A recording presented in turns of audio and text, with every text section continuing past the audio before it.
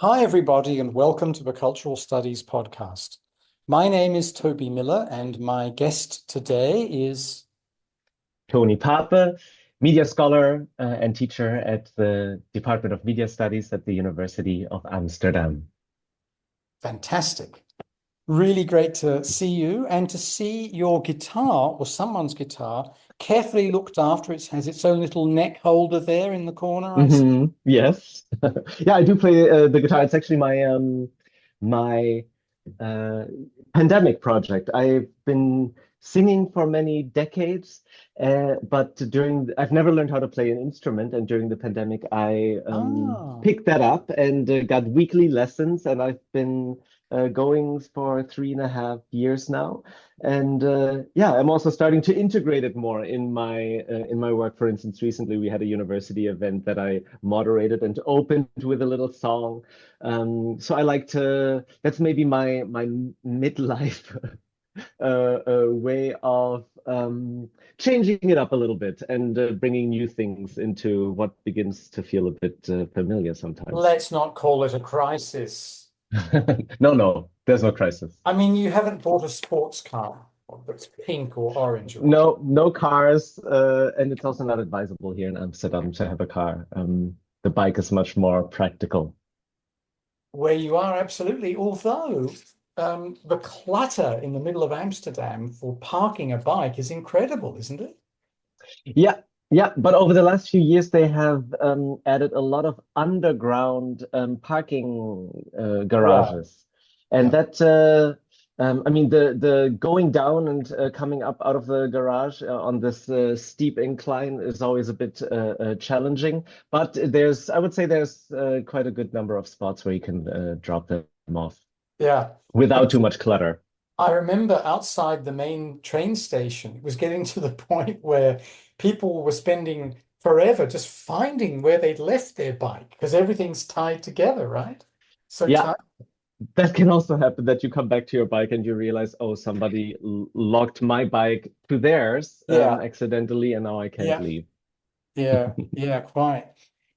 Now, you're very excited by this highly unusual matter of being asked about bicycles in Amsterdam because nobody asks people who live in the Mm-mm. Netherlands about that ever, nor do they ask about coffee shops and the British on premarital party occasions. So now that we've gotten that necessary prolegomena out of the way, I wanted to ask if I could, Prof, what's currently dynamizing, interesting, preoccupying, impeding you? What's going on for the prof? What's going on? Well, part of what's going on is stealth. That's dynamizing me still. The book about that just came out. And what's impeding me, I guess, budget cuts in higher education here in the Netherlands, which are on the agenda and will be discussed in Parliament next week. We're having a big demonstration on Monday against those budget cuts. And maybe in relation to that also, I'm thinking a lot about enough, the notion of enough. What is that Mhm. from what perspective for whom? Yeah, and personally, I've been also been very dynamized by playing Baldur's Gate 3, a role-playing game. Have you heard of it? No, I haven't. It's it came out last year. It's this huge game. It's a Dungeon and Dragons based game where you go on an adventure with your companions.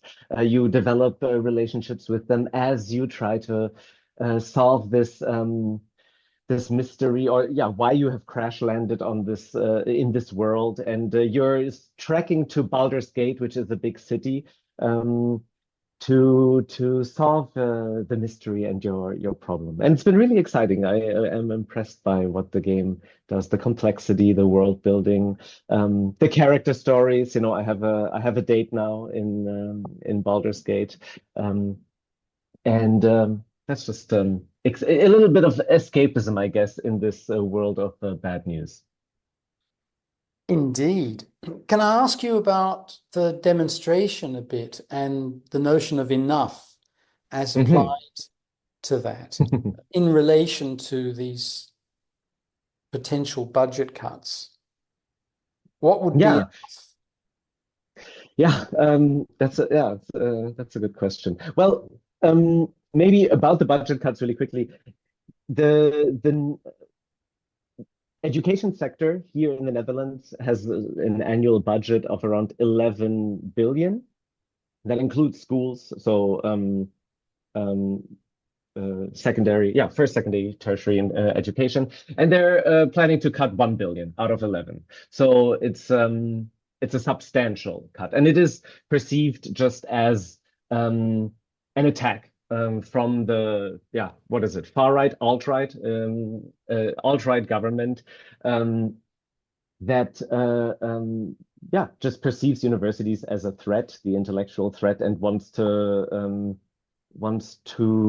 weaken them, I guess, as institutions. And one of the things that people have been saying in response to that is that it's actually unnecessary, that there's no need for it, that there is enough budget in the government's budget, enough money in the government's budget to actually properly fund universities. And um, and so that that is really, I think, what frustrates people in the universities a lot, that there have been agreements with the government for several years that actually are supposed to make university funding more stable because it fluctuates here a lot as it gets more dependent on student influx, graduation rates, and stuff like that. Um, and so there have been agreements to make this workable, and these are now just broken. And the Mm. carpet is sort of pulled out from under our feet. And yeah, what's also a bit frustrating about it is that some universities actually preemptively start planning for the cuts. They're making them before they have been agreed to in parliament, or using them maybe also as a way to justify cutting small languages. That's happening at some universities, not at mine so far, although they're also developing a plan for the languages. I guess yeah, it's a bit of an attack on academic diversity, which is also why it's important that we stand in solidarity with the smaller disciplines that threaten to or that risk suffering the most under this. And is it clear that the vast majority of these cuts, should they go ahead, will be from universities as opposed to primary or secondary education? Um, um, I think they're mostly focused on the universities. So the for the universities, this 1 billion cut sort of has been earmarked and is the number that's circulating Right. at the moment. Gosh, well, good on you for showing solidarity. And it's interesting. I mean, language departments are suffering in so many parts of the world. Hmm. And it's such a vicious and short-sighted thing to do. I worry about countries where there are lots of minority languages that are ignored in universities completely. I don't know what that's like in the Netherlands. You know, there are regional languages and dialects, right? Even in a There are, although that is here, that is not. So the government stages it as a conflict also with well, between English and Dutch, or. Um, I mean, next to these budget cuts, there's actually already another law that is being introduced, which is called internationalization imbalance. And it is basically a pushback against the huge influx of international students that we've had in the Netherlands. I mean, the university sector sort of opened up to that also as an stream of income for them, which benefits Dutch culture, the Dutch economy in many ways, and not just the Dutch economy, I would say, because our graduates also go to many other places in the world to then do their work there. But in a way, it's an engineered situation that we have, the large amount of international students and the right-wing government. Well, it's a thorn in their eye, let's say. Yeah. It's something that bothers them, and that, I mean, admittedly causes social strife already in the city. Yeah? I mean, in terms of housing, for instance. We have Dutch students who are frustrated by the fact that they can't find affordable living space in the city because they're competing, let's say, with people from abroad. But I guess, what there again, it's about solidarity and not playing different groups against each other. Um, no. But so for them, it's really like putting the Dutch language back into the universities. I mean, yeah, and part of me also gets that it's hard, for instance, at our department, yeah, most of our teaching programs at the master level for sure are in English, although we do also have Dutch programs. The bachelor is in English and Dutch, but is heavily leans heavily on the English speaking students, and so there is a bit of the sense that maybe Dutch is becoming an afterthought or something like that. And I do think that it's important to have Oh, education in absolutely. But this is your such a first classic language. where left liberal governments introduce neoliberal policies in ways that the right would never have done. The right comes into power and takes advantage of what the liberal left has produced for it in order to Yeah, decimate opposition. It's absolutely classic. It's the idiocy of Clinton and Obama Democrats, the idiocy of the Blair Laborites. You see it in Sweden, in Denmark, in the Netherlands, in Spain, I mean, everywhere, right? yeah.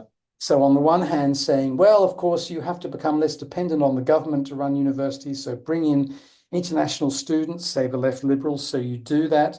Then the right comes in and is anti-immigrant and can prey on what is a real problem. And it's a huge issue here in Spain as well, for example, the abject failure of governments to build enough accommodation for people in the context of this squeeze on supply. Anyway, this is not what you signed up to be interrogated on, sir. So let's go back to the first part of your answer. Please tell Hmm. us about your new book. Yeah, the aesthetics of stealth is out now. Out now and So, available at good, oh no, there are no bookstores. Available at all good online retailers well, yeah, and you can even download it for free because it's for published in free. open access. Yeah. We'll put the link somewhere in the afterwards. Maybe we can put some links somewhere. Oh, Um, sure. No, I am here to obey. yeah, and so it's a yeah, it's this book that I've been working on for I guess 10 years, and it started with video games, with stealth video games that I sort of I guess I fell into a rabbit hole there after my PhD. Uh, had a bit of a period of brain fog and didn't know what to do, and so I rediscovered video games, and I was immediately drawn to these stealth video games where you accomplish a mission without being seen, where you don't run around, shooting people, but where it's all about hiding in shadows or disguising yourself to accomplish a mission. Usually something like obtain some intel or get to this, infiltrate this space.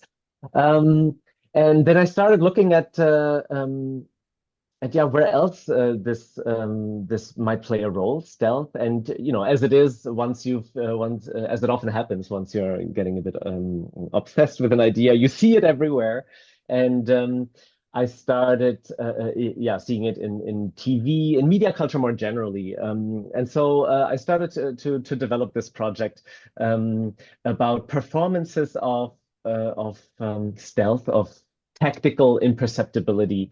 Um, uh, yeah, and now it's turned into this book where, on the one hand, I look at video games in quite some detail, and also look at some subgenres of stealth, like social stealth, where it's more about hiding in plain sight through disguises, let's say, but then also sneaking stealth, where yeah, you have to sneak through shadows and really hide, I guess, and some others that I discussed in the book, like surveillance stealth, which also has some parallels with conspiracy thinking, which actually is a general sort of tendency in stealth, I guess, that it always suggests that behind the facade, behind the appearances, something else might be going on.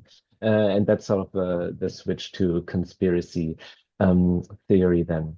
Yeah, but in the first part of the book, which is not so much about video games yet, I look at more the general cultural context of, let's say, surveillance capitalism that traces and tracks us through ubiquitous computing, which stays in the background. So there you already have this idea of, um, I guess, a huge asymmetry of perception that, let's say, big tech companies hide the ways in which they tr massively perceive, sense our behavior. And what I suggest basically is that stealth, or our desire for stealth, is a reaction to that, a reaction to so yeah, the massive digital surveillance of our lives, of our behaviors. Prof P, this draws me back to work 30 years ago that Peggy Phelan did on Hmm. politics and poetics of visibility. Uh, Yeah. in the middle of what were high points of a desire for visibility on the part Hmm. of feminists, queer people, people of color, right? The discourse of being hidden from history, the discourse of the closet, the discourse of being left out or forgotten. Still very important outside academia, but in the humanities, less talked about other than in sort of labor force terms. And Hmm. I think this is very interesting because when I read your book, and I've other work of yours where you talk about stealth and seeing how often this is occurring in various forms of textuality, it made me think about the reaction against being so visible, the Yeah. desire Yeah. for a sort of hidden efficacy, and how often that's actually been an underrated but important part of women's power. I'm thinking of things like being radio producers. Hmm. One of the few places in the bourgeois media where, going back to the 60s, women had some sort of shake, not on air, not audible or visible, as it were, but very much pulling the strings. Hmm. The same when it comes to questions about domestic power, right? So that's what got me thinking about the desire for stealth. I wondered if you could talk to us a bit about that and how it relates to desires to be visible, desires to be invisible. Yeah. Yeah, I think, I mean, this is actually Peggy Fallon comes up in the book briefly, precisely around this point of the value, the political value of visibility, and perhaps also the decline in that value as as perhaps people become disappointed with visibility politics because it does not lead or confer the same rights as perhaps it used to in earlier stages of, let's say, civil rights or gay and lesbian rights movements. Um, and at the same time, of course, as people fought for visibility, it was also necessary to protect themselves. So, for instance, at the beginning of the book, I talk about this practice of going stealth, which is what trans people call it when they try to pass as cis, and that is just a protective strategy in a society that remains hostile to trans individuals. So visibility and invisibility, they're not necessarily mutually exclusive. It's not that, Mm. I don't know, 30 years ago, it was still important to fight for visibility, and now we're on the other end of that. Um, Quite the contrary. I think that visibility politics might be becoming even more important now, and that we may need to think, for instance, about how to make a left or an alternative left politics more visible um, in public discourses, and not just that. Um, and at the same time, yeah, there's just this transformation of, I guess, our everyday life that that makes invisibility or imperceptibility just a lot more desirable for people. And maybe another connection to gender, because you brought that up. This is also, I mean, oftentimes discussed as the feminization of labor, also, but also the feminization of gaming culture in a way. It's sometimes suggested that the renewed importance of stealth, or the new importance of stealth, is a gameplay style that appeals to, let's say, the non-normative gamer. So the non-male, non-white gamer, precisely because it conveys this fantasy of acting efficiently and powerfully from a place that is not one of power, from a place where you're actually oftentimes massively outnumbered, where you're facing a hostile environment, and you have to find strategies or tactics to still survive and reach certain goals.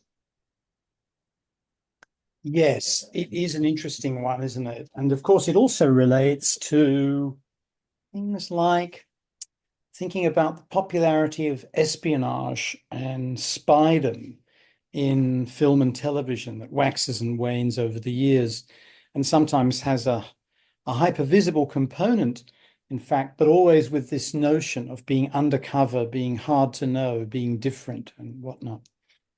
And that makes me think also about your first book, if we could go to that for a moment, Mhm. which is amongst other things about flashbacks. Yeah, and flash Because forwards. and flash forwards and flashes, let's say. Mhm. So temporality shifting. So you start off, well, I think you start off the book with um, a notorious meth dealing high school teacher. Uh, Yes, how Walter White. how Walter becomes a bad breaker.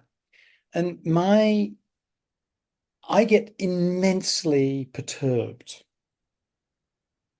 by being given a situation supposedly in the present lasting X minutes or seconds, and then 3 days earlier, 6 months earlier, and I think, don't fuck with me. Why are you doing this to me? I don't mind if the narrative is non-linear, but this massively controlling presence of saying, we now know everything. We are omniscient narrators, and you're just an idiot, but we're giving you a hint, and we're Yeah. going to frustrate you. It's a sort of mad reading on my part. But I wondered what you think of this flash forward, flash backwards messing with temporality. When you watched Breaking Bad, did you think, stop it, I like it, or stop it, I don't like it, or keep doing it, I like it? Yeah, so that book came out of my PhD researcher. So I was clearly obsessed with that for a while. I liked that. I was wondering, and I mean, my favorite example, which also has a chapter in that book, called Figures of Time, is about damages, and that's a series that does that really well, because it's quite clear that it's a game also. And maybe actually it was sort of the precursor to me moving more into game studies. It's a playful kind of narrative that where it's clear that we're messing with you. We're trying to see what can come out of this narrative present, um, that leads to this completely different future that we've already shown you. How can this present moment and this future be connected when they are so different from each other, at least as we've presented them to you, the viewer, for now? There can be something really playful in that, and as I said, Damages sort of points that out. But it can also be super manipulative, and it can be used to preform the present. I mean, that's sort of the argument that I make, that this kind of narrative device of showing the future first, then going back in time, that it um, um, teaches us to think sort of according to this logic of preemption, Mm. where the future is foreclosed, or different possibilities for the future are foreclosed by presenting us scenarios, or the scenario of what's going to happen. and then just sort of showing us how we get there in a way. But this how we get there is then also yeah um, uh, subsuming all the different possibilities that there were into one narrative line, and Into there's one also a sense line. Yeah. yeah, conformity almost like we have to the viewer has to sort of conform their narrative thinking, their speculation about what might happen to this vision that has already been preformed. And the TV show Flash Forward actually is a pretty good example of that, because it shows how the future vision is constantly used to yeah, foreclose alternative possibilities in the present. But it's interesting to me that you bring up Walter White. I just recently, after the recent election, I spoke to some colleagues and we were wondering about, the early 2000s had all these anti-heroes. So this is not about temporality, but I'm just Mm. thinking about the anti-hero now, like Walter White, Tony Soprano, Dexter, all these white men who constantly break the law, but who are also, just trying to get by and making things work in a way. And I was wondering whether we actually did interpret them clearly enough as figures that maybe um, announce the ending of a certain kind of I don't know, consensus about maybe even just the rule of law or something like that. I've been thinking of these figures a lot again, and maybe yeah, try wondering whether we've been critical enough. I started watching Death and Other Details last night, which is a Hmm. new show. It's on Disney. I don't know what it's on in the Netherlands. And it annoys me by announcing that X must be the murderer. Hmm. In we later see why that might appear to be the case. We see the death and so on. And it's incredibly annoying, but it has Almodovar style colors, which mean that I'm putting up with it. Even though it is consigning us to be on a cruise ship, which is my idea of hell. And of course, it's also an idea of environmental hell. So, when you finished the PhD, you were saying that you had a period where it was difficult to do things. Is that difficult to research again? I think that's quite common. Yeah, So, have you been able to go back and look at that book, which came out probably about 4 or 5 years after you finished your doctorate, right? yeah, The book comes out in 2019, I think. yeah. It was a long publication process. Yeah, took some five years. They were Yeah, yeah, very yeah. very meticulous at Duke Press. Yes, and not in a hurry. Not in a hurry. So, did you feel quite separated from it by the time it came out as a book? I guess is my question. It, I, mhm. I think I think I did a little bit. That was because I was already. I mean, people now say, "Oh, your second book came out so quickly after the first one, just 5 years in between." But actually, it's that the first one came out so late. I've been working on the stealth stuff for 10 years now, and yeah, I mean, I think that generally, once a book comes out, I mean, you've worked on it for so long that. You're kind of done with it. I mean, all the different drafts that you've written and read and revised. Um, I've read this book, each of my books probably dozens and dozens of times before it came out.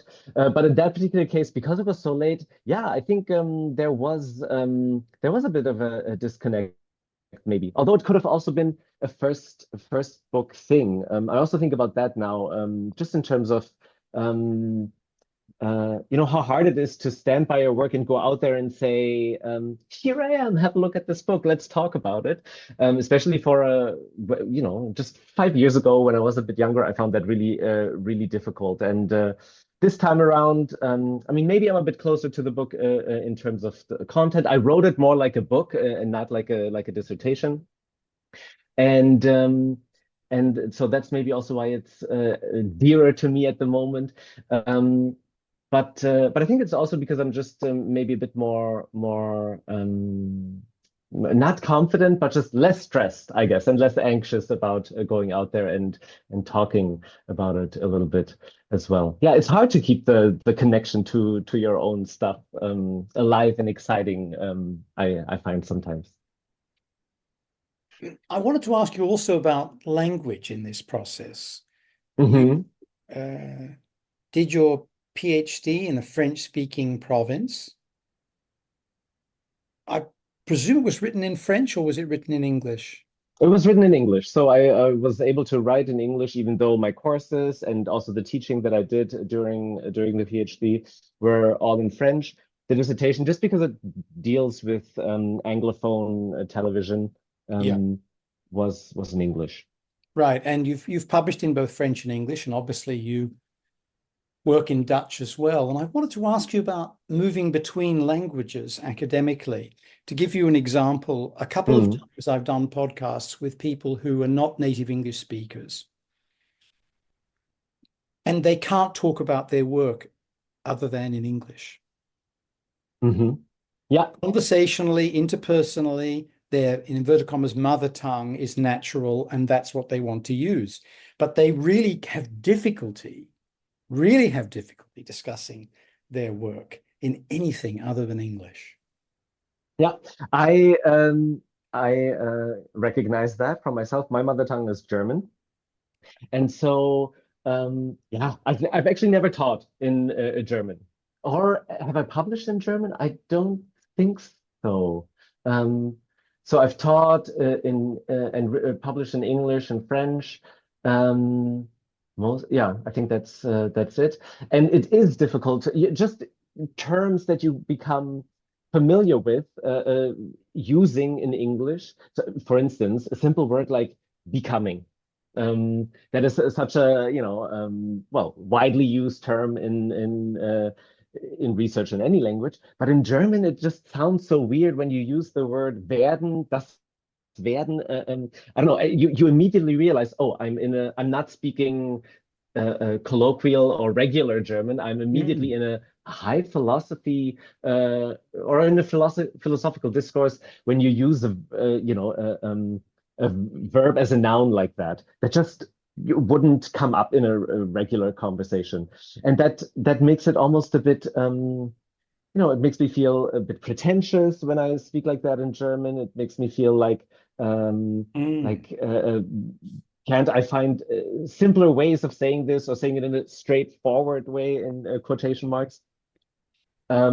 Whereas in English, I'm probably thinking, oh, I've done a lot of work in my life to speak this language, and I've acquired these terms. Well, let's use them and put them all together.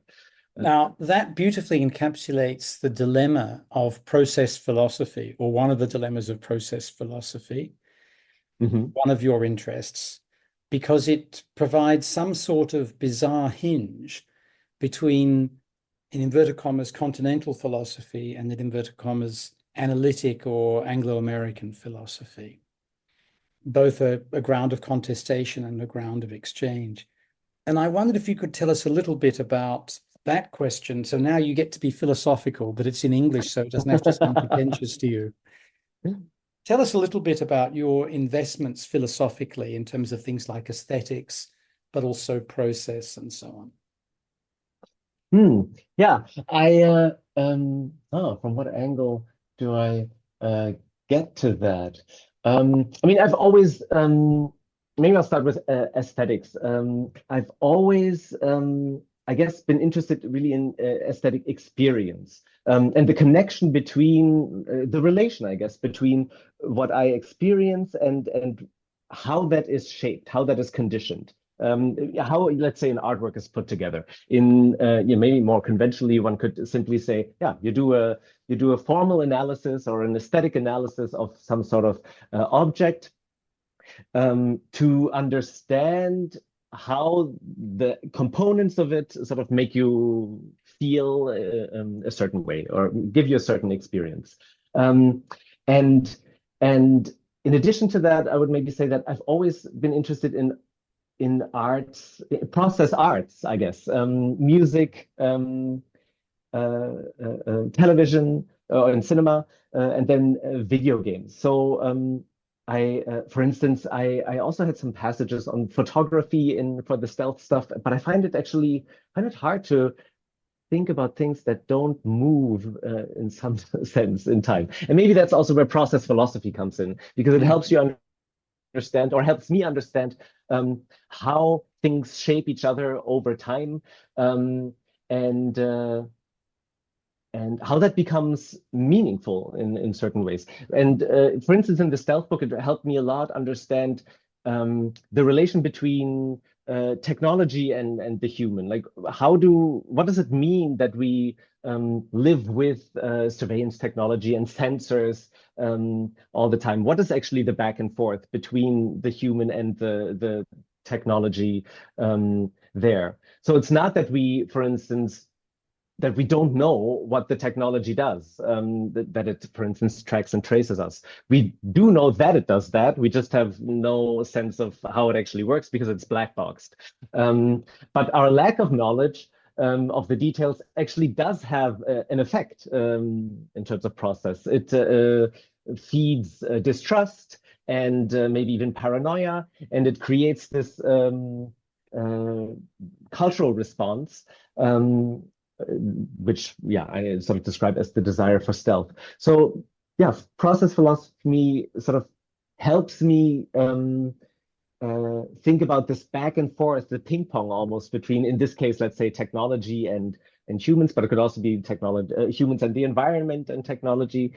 Um, I've always found that really exciting to think about art in those terms, and especially in games, it also makes a lot of sense. So, for instance, I noticed that I mean, to briefly go back to Baldur's Gate 3, it's very strategy heavy. It's a lot of thinking. So I had to make it very easy because I actually don't want to sit there in front of the screen, look at the battlefield, let's say, and strategize about how to make the next move, which can sometimes take minutes before you take a decision. I actually like it when there's continuous movement, and where the meaning, the significance of an artwork sort of comes out of the movement itself.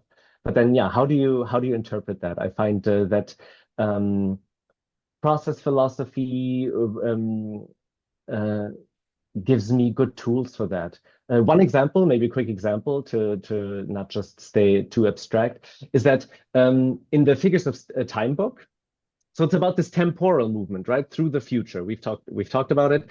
How do you make sense of that? In more conventional narratological approaches, you would call it a prolepsis, perhaps, or foreshadowing, which describes the structure of the narrative, but it doesn't really describe the experience so well, which has to do, yeah, with inducing maybe anxiety, also suspense, of course, which has to do with foreclosing other possibilities for processes of thinking, of projecting, speculating, um, and the notion of the figure, which is from Deleuze in that book, or the figure role, actually.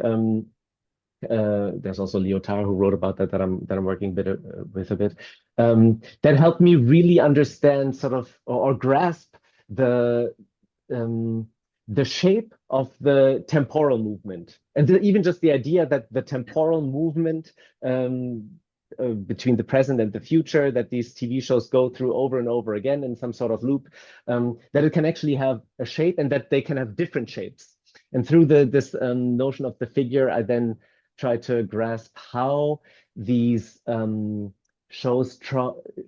these series create different temporal shapes in our experience. So maybe that's a way to grasp that connection between process philosophy and aesthetics. Sure. And of course, it fits well with that word becoming that you mentioned earlier. Hmm. It has a connection, interestingly, to Norbert Elias, as he's pronounced in English, and what is sometimes called figurational sociology, but also known as process sociology. Hmm. And there are, I Tell think, me, tell me more about that. well, just that he was very philosophically inclined. He was a German refugee, but who spent most of his time trying to explain an alternative philosophically oriented history of Europe to English speakers, and did so in an anti-Marxist frame, but one that was interested in economic questions based on an observation of how conduct shifts over time Hmm. and how observing conduct, everything from how football becomes popular to why knives and forks are placed where they are, and how these norms come to pass because they often emerge from conflicts within the ruling class that get resolved and indexed in their resolution by various quotidian practices. And then with the emergence of democracy and capitalism get passed on to the middle class, who then model them for everybody else. Things like the knife on the in the dinner table setting is placed with the sharp point inwards, not outwards. Hmm. So not aggressive to someone else, that sort of thing. Yeah. Life is a process, and there are not the essential characteristics that are often being looked for in analytic philosophy, for example. Anyway, Hmm. let me Yeah, I move. mean, this reminds me of maybe just a quick. I mean, thinking of sociology and process together. The name that comes to mind for me is Gabriel Tard, who Mhm, and that just mhm, makes me think of another maybe real strength of process philosophy for me, which is that it thinks usually from the bottom up. At least in Tard's process for sociology, I guess. It's all about imitation, repetitions of actions, like putting the knife in a certain direction, and practices, customs, beliefs that sort of spread that propagate. Through these acts of repetition. And what's nice about that is that you don't assume that society or a group or the bourgeoisie, let's say, is already there, but that you actually have to show how through certain maybe sort of molecular or microscopic acts, these larger formations come into being in the first place. mm, mm, mm. No, I think that's absolutely right. Prof, I had a couple more questions for you, and then I'd like, as a way of closing things down for today, to invite you to add anything you might wish. And that could mean something we haven't discussed, entirely new, or it might mean going back over terrain that we've covered. Does that sound all right Hmm. as a way of bringing things to a close? Yeah, sounds good. So, my first of these last two questions of mine is to ask you about editing. Um, you edit the book Mm. series, Three Ecologies. You've been involved in that with a number of other people, and also the journal Nexus, Necsus.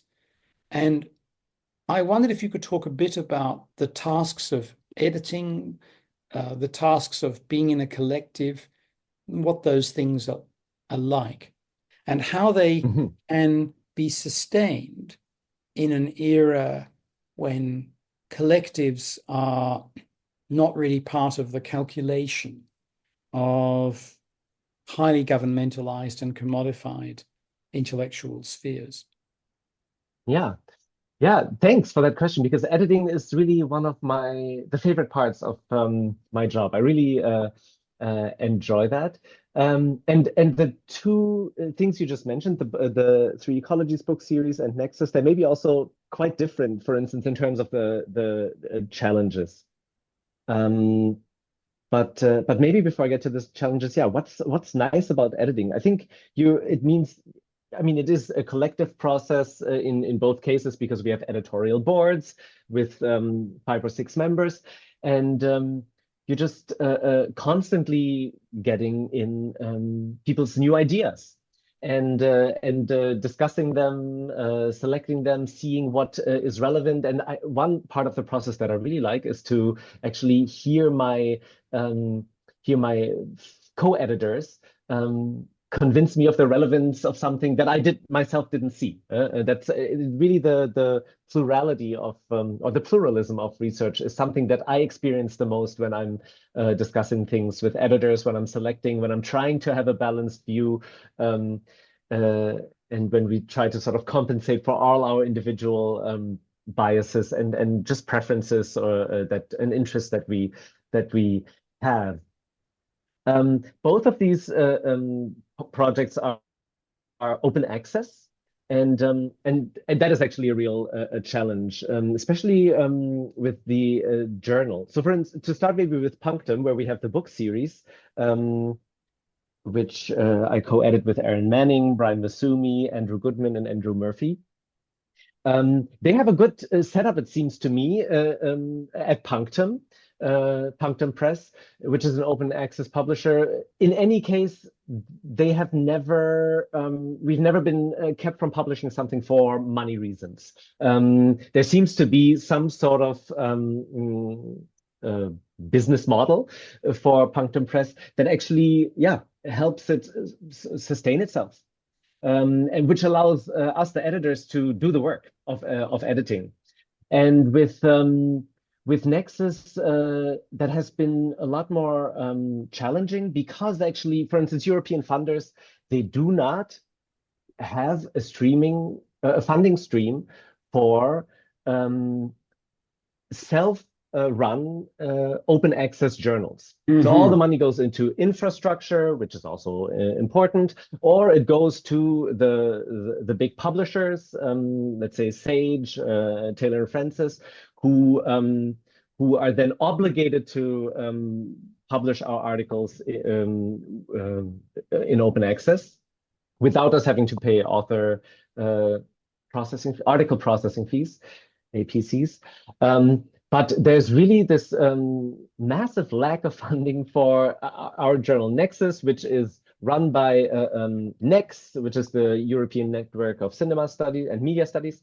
And I wasn't there from the very beginning. I've only been on the editorial board for 5 years, but the previous editors, they've done this really great job of building up this journal from the ground, coming out of a newly founded community. And they had initial funding, but now that initial funding has run out, it's actually really difficult to sustain it.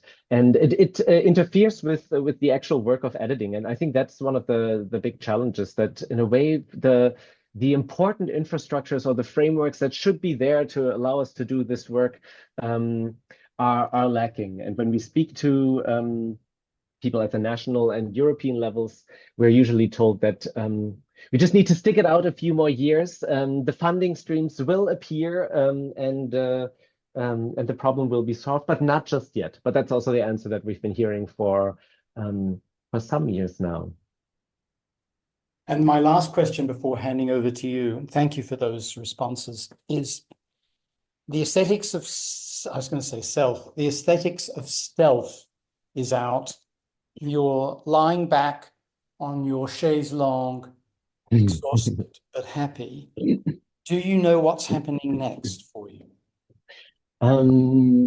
Yeah, a little bit, a little bit. A few, is it 2 years ago now? I did a research seminar here at our research school, ASCA, with some colleagues it was called Breaking the Loop, Closing the Cycle. And so I'm interested in sort of figures of circularity and how what kind of cultural meaning they acquire. So, for instance, this idea of sustainability is oftentimes articulated through recycling and closing the loop. At the same time, there are also so many narratives and games that are about breaking out of a bad cycle or a bad loop. And so I noticed that the circular image takes on a range of different meanings, which to me all have to do with, I guess, transition, a moment of transition. But I think media culture isn't so sure whether we need to get into the loop or out of it. And that's just something that interests me, how the aesthetics of these games and series sort of articulate also ideas about process, circular processes, and what the values of those are, the positive values, let's say, but also what the negative values of that are. And so I'm looking at loop films, loop narratives that have been, let's say, television series like oh my God, what's it called? A Russian Doll. Or I mean, you have it all over the place in the Good Place, which is also about ethics specifically. But many movies like The Edge of Tomorrow with Tom Hanks or Palm Springs, that's more recent. In games, I find the genre of the roguelike or the roguelite really interesting, where you go through the same challenge over and over and over and over again, um, trying to finally beat the boss. And so that's something that I'm interested in and will hopefully find the time to write about more. But if you're interested, last year we already edited in a special issue of a special section of Nexus about this called Cycles, and it addresses some of these concerns. Fantastic. And so, Prof, as I said, to finish things, I'd like to invite you to either to revisit matters that we've discussed, if you want to say something more, or to share with us your thoughts about an area we haven't touched on. Yeah, that's difficult because I was so in the conversation with you. Um, let's see. I mean, maybe it's important to just go back to the budget cuts once more and just briefly reiterate that yeah, we need to keep standing in solidarity with each other about these issues. Um, what's really heartening about all this is all the lessons we've learned from our students over the last, because there was, maybe I'll tell this story really quickly. There was supposed to be a demonstration, a big national demonstration against these budget cuts. Was it last week only? Yeah, last week. And the night before the demonstration, it was supposed to be in Utrecht, which is a city here in the Netherlands, close to Amsterdam. And the night before the demonstration, the city, the police, and some other important institute, they always call it the triangle, who are involved in this, they called off the demonstration or suggested that the unions who were the organizers, co-organizers of this demonstration, call off the demonstration because there are signs of threats from that pro-Palestinian demonstrators might take over the protest. And the unions did, yeah, call it off.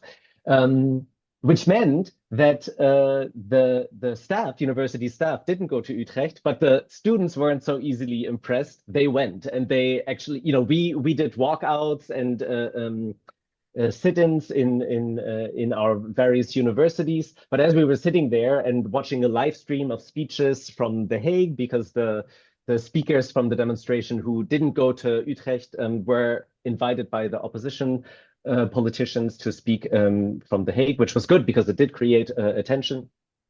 But we were sitting there looking at, the social media feeds of our students marching in Utrecht and just unimpressed by these tactics that we should be familiar with. This last minute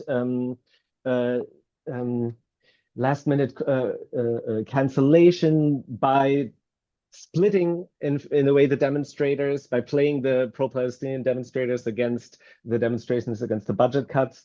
So that's why, in a way, yeah, these lessons about solidarity and we have to learn them over and over again. It's many of us, we were just a bit flabbergasted and I guess a bit disappointed in ourselves how easy it was for the authorities, I guess, to just sow confusion, and the confusion was a bit debilitating and yeah, really undermined that. But at the same time, it also gathered a lot of force, and we're now having this other demonstration on Monday, and hopefully that will bring the the desired results, which is that that of course they take these budget cuts off the table and other measures, like for instance, a long study fine that students who take too long to finish should pay a fine of up to 5,000 euros or something like that. I mean, just terrible things for the education, for just education, and thus also society. And yeah, maybe that's good to recall at the end of our conversation. I love the story. I love the story of the students wandering around saying, we'll do what we want, and the professors saying, Daddy says we can't. Oh. Daddy says no. And wonderful. It's a wonderful, wonderful story that you share. Very inspirational. So, Prof, thank you very much for taking the time today to talk about your inspirational work, whether it's these two terrific books or, in fact, your articles, which we didn't get into discussing really, or your editing enterprises. It was wonderful to have this opportunity to chat with you. Thank you for the opportunity.